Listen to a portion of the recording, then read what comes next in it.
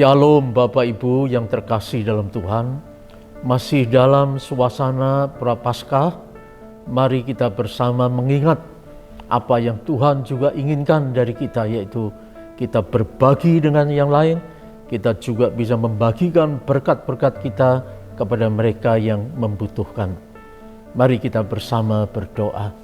Tuhan, kami datang padamu ingin belajar dari firman-Mu, bagaimana kami harus menyikapi dan berada dalam lindungan tangan-Mu yang kuat. Terpujilah nama-Mu dalam Tuhan Yesus. Amin.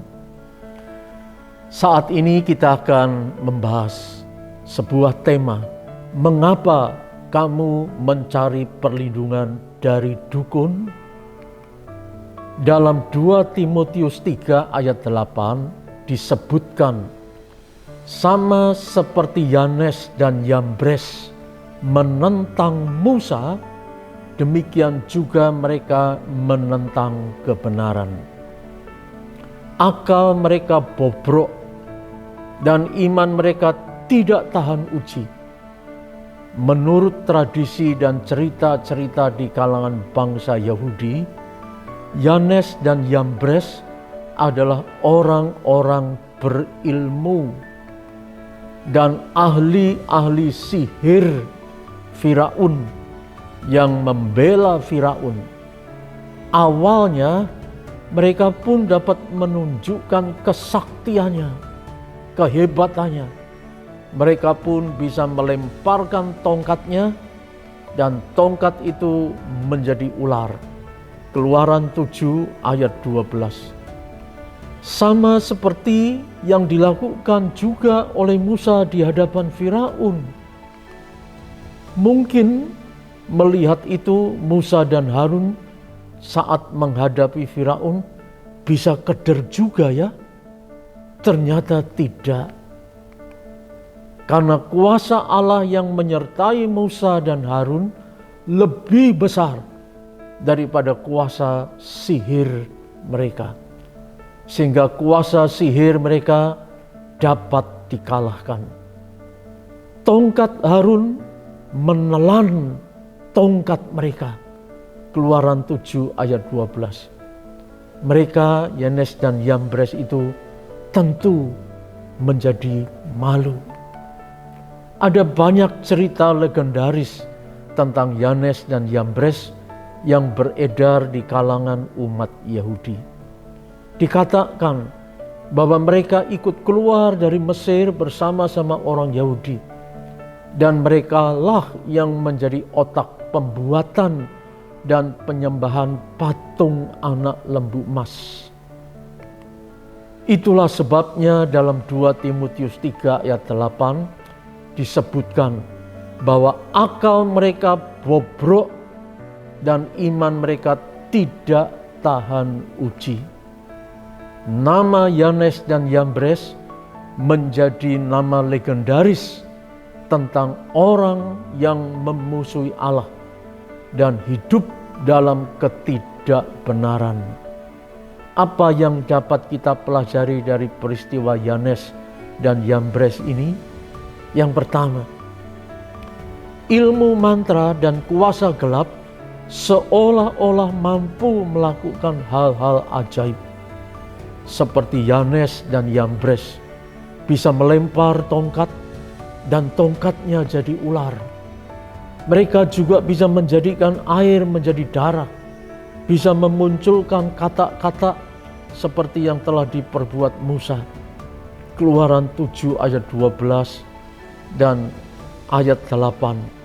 Juga kita melihat Keluaran 8 ayat yang ke-7. Tapi apa yang mereka perbuat justru menambah keruh dan panik suasana di Mesir. Karena darah dan kata justru makin banyak. Hal ini malah menyusahkan rakyat Mesir kan? Dengan demikian ilmu mantra dan kuasa gelap justru menambah kesusahan, menambah kepanikan, dan menambah penderitaan. orang-orang yang sudah menderita malah tambah menderita lagi. Sesungguhnya mantra, sihir, dan kuasa gelap tidak mampu dan tidak sanggup mencegah dan menghilangkan apa yang Allah telah perbuat kepada orang Mesir. Kuasa Allah tak dapat dihalangi, apalagi ditiadakan oleh ilmu mantra, sihir, dan kuasa gelap.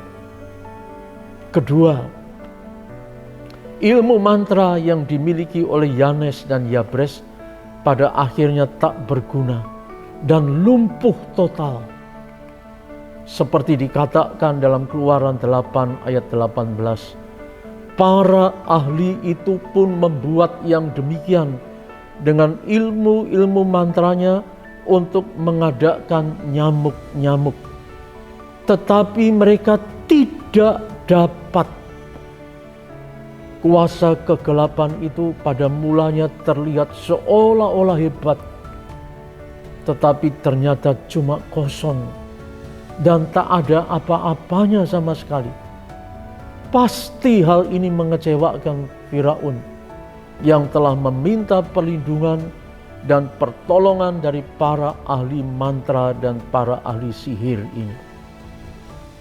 Ketiga, orang sekaliber Firaun, yaitu orang nomor 1 di Mesir, ternyata mempunyai dan memelihara tanda petik pelindung bayaran, yaitu Yanes dan Yambres, yang mempunyai ilmu mantra dan sihir.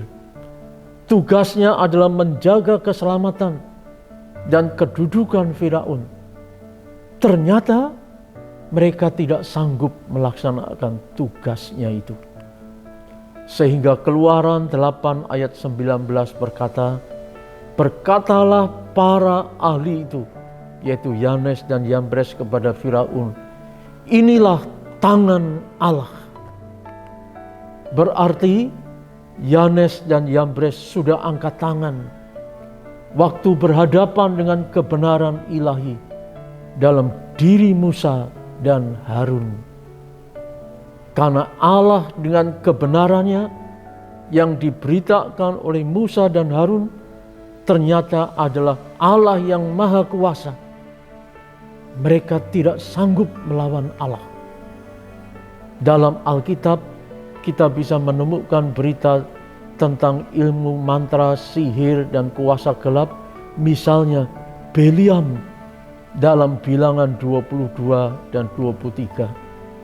Serta Simon tukang sihir dalam Kisah Rasul 8 ayat 9. Semua tak berdaya berhadapan dengan Allah dan hamba-hambanya. Tapi mengapa masih saja ada orang yang mencari perlindungan dari kuasa itu, kuasa gelap, lewat dukun-dukun? Pasti mereka akan kecewa banget dan malah bertambah sengsara serta menghabiskan uang, tenaga, dan waktu.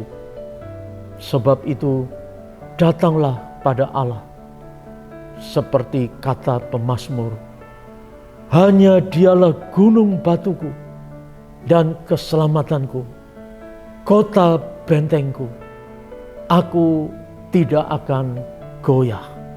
Mazmur 62 ayat 3. Mari, jangan datang kepada kuasa gelap melalui dukun. Datanglah pada Allah yang berkuasa. Anda tidak akan kecewa. Amin.